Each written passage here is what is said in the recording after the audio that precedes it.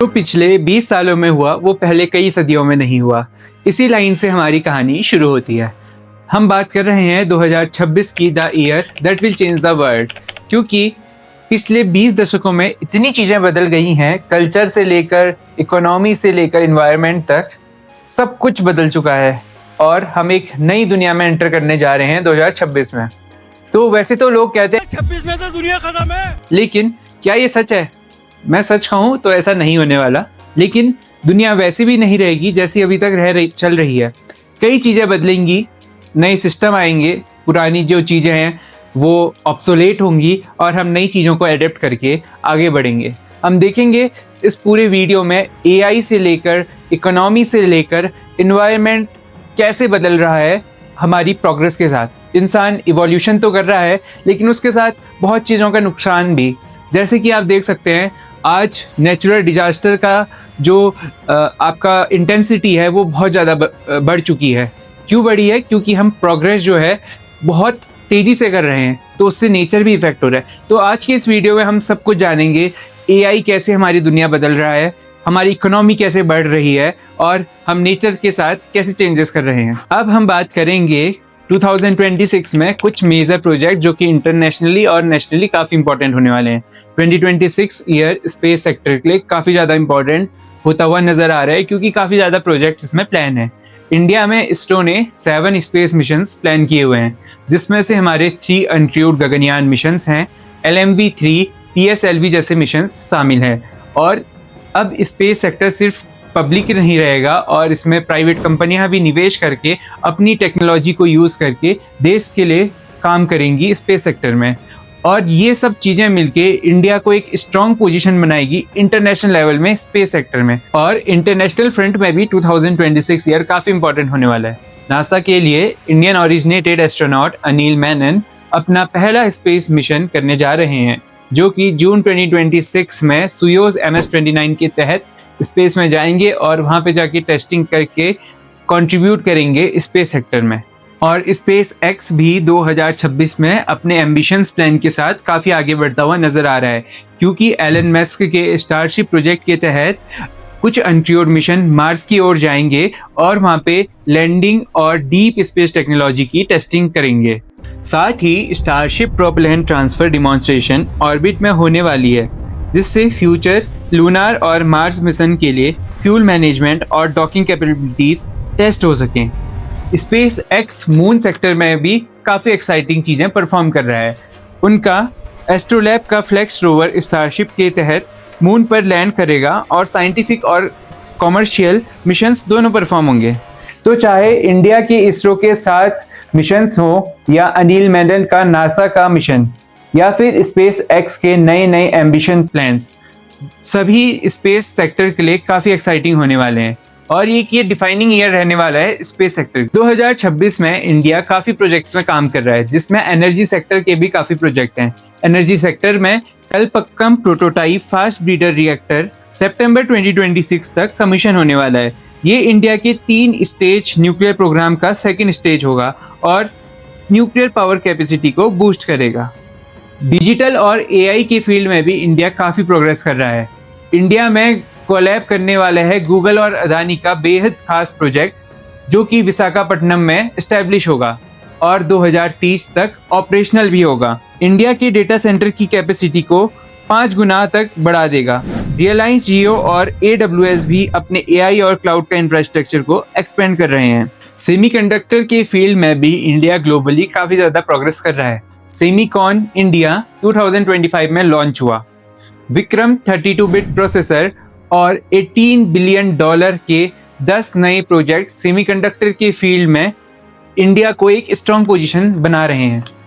Narendra Modi ji, India के प्रधानमंत्री जी, कहते हैं भारत अब बैकएंड से निकलकर एक फुल स्टैक सेमीकंडक्टर नेशन बनने की ओर बढ़ रहा है और वर्ल्ड के इन्वेस्टर भी इन प्रोजेक्ट्स में इन्वेस्ट करना पसंद कर रहे हैं। ये प्रोजेक्ट एनर्जी, डिजिटल और टेक के एरिया में इंडिया के लिए ग्लोबल लीडरशिप एम्बिशन डिफाइन करेंगे और यही वो प्रोजेक्ट हैं जो भारत को 2047 तक विश्व गुरु यानी विकसित भारत बनाने में सहयोग करेंगे। 2026 में एआई का ग्लोबल इंफ्रास्ट्रक्चर एरा शुरू होने जा रहा है, जिसमें ओपन एआई बहुत ज़्यादा काम कर रहा है, जिसके तहत स्टार गेट प्रोजेक्ट इंडिया में लॉन्च हो रहा है, जिसमें ओपन एआई $500 बिलियन से ज़्यादा इंडिया में एक सेंटर डेटा हब बनाने में इन्वेस्ट कर रहा है, जिसके अंदर thousands of GPU, micro processors, micro chips लगे होंगे, जो कि इंडिया को एआई के फील्ड में लोकली और ग्लोबली स्ट्रांग बनाने में बहुत इंपॉर्टेंट रोल प्ले करेगा। लेकिन ये सिर्फ इंडिया तक ही सीमित नहीं है। Open AI for country initiative के तहत ये और भी कंट्रीज में शुरू हो चुका है। जैसे मैं आपको बताता हूँ, UAE star gate project start हो चुका है, जिसमें बड़ी बड़ी कंपनियां जैसे कि एनवीडिया, ऑरेकल, सॉफ्टबैंक जैसी कंपनियों ने इन्वेस्ट किया हुआ है, और ये सब मिलके 1 गीगावाट का सुपर एआई क्लस्टर बना रहे हैं। और साथ में नॉर्वे में भी एआई का जो स्टारगेट प्रोजेक्ट है ओपन एआई का, वो स्टार्ट हो चुका है। 1 लाख से ज़्यादा एनवीडिया जीपीयू से ये प्रोजेक्ट चल रहा है। इंडस्ट्री एनालिस्ट की रिपोर्ट के मुताबिक 2026 में सबसे ज़्यादा स्पेंडिंग होगी $2 ट्रिलियन से भी ज़्यादा की एआई की फील्ड में। पीआर वायर न्यूज़ के अकॉर्डिंग एआई मार्केट का एस्टिमेशन 2026 तक 26.3 बिलियन के लेवल तक बढ़ने का एस्टिमेशन है। और एआई इंजन की टेक्नोलॉजी बस यहीं तक नहीं, इमेज प्रोसेसिंग में भी बहुत ज़्यादा बदलाव आने वाले हैं, क्योंकि इमेज प्रोसेसिंग के फील्ड में भी काफ़ी ज़्यादा काम हो रहा है। और कॉरपोरेट वर्ल्ड में भी मेजर चेंजेस देखने को मिलेंगे, जैसे कि एआई के लिए कुछ रूल एंड रेगुलेशन, गवर्नेंस कैसे होगी, वो सब मिलेंगे, क्योंकि उसी के अकॉर्डिंग हम एआई के जो दुष्परिणाम हैं उनको हम संभाल सकते हैं। यानी 2026 सिर्फ एक नंबर नहीं, वो साल है जहां पे एआई अपनी फुल पावर दिखाएगा, जिससे बिजनेस स्मार्ट होंगे, डिसीजन मेकिंग फास्टर होंगे और लाइफ जीने का तरीका लोगों का बदल जाएगा, क्योंकि हर एक फील्ड में एआई इन्वॉल्व होगा। तो आइए 2026 का हम स्वागत करते हैं, जहां पे हमारी लाइफ का ड्राइवर एआई बनने वाला है, क्योंकि हम हर चीज़ के लिए एआई पे डिपेंडेंट होने जा रहे हैं। हर एक प्रोग्रेस के कुछ नेगेटिव साइड होते हैं और कुछ पॉजिटिव साइड होते हैं। पॉजिटिव साइड तो हमने देख लिए कि हम कैसे नई टेक्नोलॉजी अपना रहे हैं, एआई कैसे हमारा आगे बढ़ रहा है, लेकिन इन सभी के कुछ कॉन्सिक्वेंसेस भी हो सकते हैं। तो अब हम उनको डिस्कस करते हैं। जैसे हमने बताया था कि आपको इंडिया जो है न्यूक्लियर सेक्टर में एक प्रोजेक्ट लॉन्च कर रहा है, जिसमें हम सेकेंड स्टेज में काम कर रहे हैं। तो उसमें न्यूक्लियर जो वेस्ट है उसको मैनेज करना बहुत टफ हो जाएगा। उसकी जो वेस्ट होता है उसको हमें, जो रेडियो एक्टिव वेस्ट है वो बहुत ही हार्मफुल होता है ह्यूमन लाइफ के लिए। हम उससे ग्रोथ तो कर रहे हैं, हमारी इंडस्ट्रियाँ बढ़ेंगी, हमारा ग्लोबल में एनर्जी को हम ज़्यादा प्रोड्यूस कर पाएंगे, लेकिन जो उसके इम्पैक्ट हो जाएंगे वो बहुत हार्मफुल होंगे। अगर छोटी सी भी चूक हमारे उसके रेडियो एक्टिव वेस्ट मैनेजमेंट में हुई तो वो हमारी जनरेशन टू जनरेशन सफ़र करना पड़ेगा उससे। तो ये सभी हमें कॉन्सिक्वेंसेस समझने होंगे और ध्यान देना होगा कि हम कैसे इन कॉन्सिक्वेंसेस को मिनिमाइज कर सकें। हम स्पेस मिशंस की बात कर रहे हैं, चंद्रयान, मंगलयान, ऐसे अनेकों मिशन हम कर तो रहे हैं, उनसे हमारी टेक्नोलॉजी काफ़ी आगे बढ़ रही है, हम बहुत अच्छी प्रोग्रेस कर रहे हैं। लेकिन इसके भी कुछ कॉन्सिक्वेंसेस हो सकते हैं, जैसे सैटेलाइट डीबैरिस और मिलिटरलाइजेशन ऑफ सैटेलाइट होने से हमें काफ़ी चीज़ें फेस करनी पड़ सकती हैं। एआई और डेटा इंफ्रास्ट्रक्चर, हम कह तो रहे हैं कि 2026 में सबसे पावरफुल एआई होने वाला है, यानी एआई अपनी पूरी शक्तियाँ दिखाएगा, यानी हर चीज़ में एआई, एग्रीकल्चर से लेकर हेल्थ केयर, एजुकेशन में हर चीज़ में एआई होगा। लेकिन डेटा प्राइवेसी, मिस इन्फॉर्मेशन से बहुत गलत फहमियाँ लोगों पे जा सकती हैं, लोगों पे रॉन्ग इन्फॉर्मेशन जा सकती है, जिससे बहुत बड़े बड़े इम्पैक्ट हो सकते हैं। और एआई ऑटोमेशन से लॉट ऑफ जॉब्स जो हैं, यानी लोग बेरोजगार भी हो सकते हैं। तो ये एक बहुत बड़ा खतरा हो सकता है एआई का इस आने वाले समय में। वर्ल्ड मीटियोलॉजिकल ऑर्गेनाइजेशन, जो कि क्लाइमेट चेंज के बारे में बताती है, जो कि आने वाले समय का सबसे बड़ा खतरा होने वाला है, यानी डिजास्टर का अमाउंट बढ़ते हुए हम अभी से देख रहे हैं। बेमौसम बारिश, कहीं पे फ्लड्स आना, कहीं पे ड्रॉट पड़ना, कहीं पे सूखा पड़ जाना, ये सब आम बातें हो चुकी हैं। क्योंकि 2006 के टाइम में जब हम टेक्नोलॉजी में बहुत आगे बढ़ रहे थे, हम साइंटिस्ट हमें वार्न कर रहे थे कि आने वाला समय में हमारा नेचर जो है बहुत ज़्यादा एक्सप्लॉइट हो जाएगा, और अब जो उनकी वार्निंग है हमें सच होती हुई दिख रही हैं। 2026 से 29 के बीच में हम ये नोटिस करेंगे कि जो हमारा ग्लोबल टेम्परेचर है, जो कि प्री इंडस्ट्रियल एरा से 1.2 से 1.9 डिग्री सेल्सियस बढ़ जाएगा और बढ़ भी चुका है, और इनमें से कोई एक साल ऐसा भी होगा जो अभी तक के सबसे वार्मेस्ट ईयर 2024 को पीछे छोड़ देगा। और इंडिया में तो ये वार्निंग्स और भी सीरियस होती जा रही हैं। हम दिल्ली एनसीआर की बात करें, वहाँ आमतौर पे AQI 500 से ऊपर रह रहा है, जो कि ह्यूमन हेल्थ के लिए बहुत ज़्यादा मुश्किल है। इंडिया एक डेवलपिंग कंट्री है, तो इंडिया के लिए बहुत बड़ा चैलेंज होने वाला है कैसे वो इस चीज़ों से ओवरकम करे।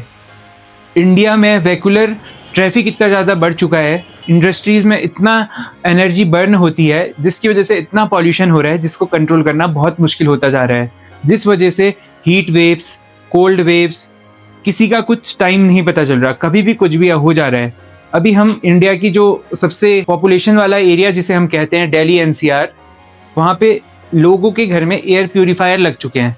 यानी अगर वो घर से बाहर निकलते हैं तो उनकी जो वो सांस लेते हैं उसमें, जैसे लोग सिगरेट पीते हैं उससे भी ज़्यादा उसमें नुकसान हो रहा है लोगों को। तो ये लाइफ, क्या हम प्रोग्रेस करते हुए नेचर को डिस्ट्रॉय कर रहे हैं? क्या वो हम खुद का ही तो एक्सप्लॉइट नहीं कर रहे? क्या कल के दिन हमारी एयर इतनी पॉल्यूट हो जाएगी कि हमें घर से बाहर निकलते हुए भी मास्क पहनना पड़ेगा? तो ये हमें सोचना है, हमें उस तरीके से प्रोग्रेस करनी है जिससे हमारा नेचर एक्सप्लॉइट ना हो और हम भी डेवलपमेंट करें। यानी हमें हर चीज़ में सस्टेनेबल डेवलपमेंट अपनाना है। हमें अपनी पॉलिसीज़ में डिजास्टर रिस्क रिडक्शन को इम्प्लीमेंट करना है, ताकि अगर हम कोई भी प्रोजेक्ट करें वो सस्टेनेबल तरीके से हो, जिससे एनवायरनमेंट को कम से कम लॉस पहुँचे और हम डेवलप भी करें और उससे डिजास्टर आने की प्रोबेबिलिटी भी बहुत कम हो जाए। तो हमें इन चीज़ों का ध्यान रखना होगा, तभी हम इन चीज़ों के साथ क्लाइमेट चेंज ग्लोबल के साथ कॉम्पीट कर पाएंगे। अदरवाइज हम खाली प्रोग्रेस करते जाएंगे और इतना भयंकर डिजास्टर आएगा कि जितनी हमने प्रोग्रेस करी है हमें उतने साल पीछे जाना पड़ जाएगा। तो इसलिए हमें हर चीज़ को ध्यान में रखना बहुत ज़्यादा ज़रूरी है। ये था हमारे 20 सालों का सफ़र जो हमें 2026 के इस दरवाजे पर ले आया है। अब 2026 में कई चीज़ें बदलने वाली हैं, जैसा कि हमने वीडियो में देखा। तो इसमें हमारी इकोनॉमी बदलेगी, क्लाइमेट भी बदलेगा और नई नई अपॉर्चुनिटीज़ भी मिलेंगी। हमें इन सभी ट्रेंड्स को साथ में लेकर हमें खुद डिसाइड करना होगा कि हमारा फ्यूचर कैसा होगा। यानी हम क्लाइमेट से कैसे फाइट करेंगे और अपना फ्यूचर बेटर बनाएंगे। अगर आपको ये जर्नी पसंद आई है तो लाइक करें और अपने थॉट्स कमेंट पे शेयर करें और हमारे चैनल एन की खोज को सब्सक्राइब करें। 2026 सिर्फ एक साल नहीं, ये एक नया चैप्टर है हमारी दुनिया के लिए। धन्यवाद।